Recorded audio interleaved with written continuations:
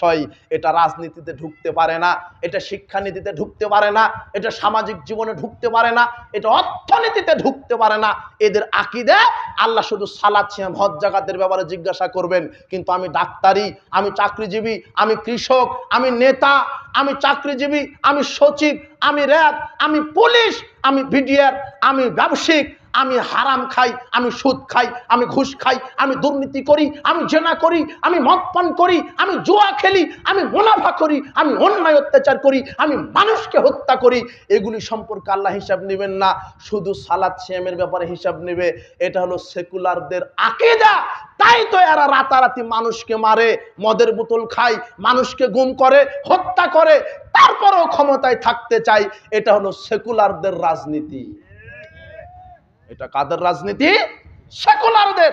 বাংলাদেশের অধিকাংশ নেতা সেকুলার রাজনীতিতে বিশ্বাসী। এই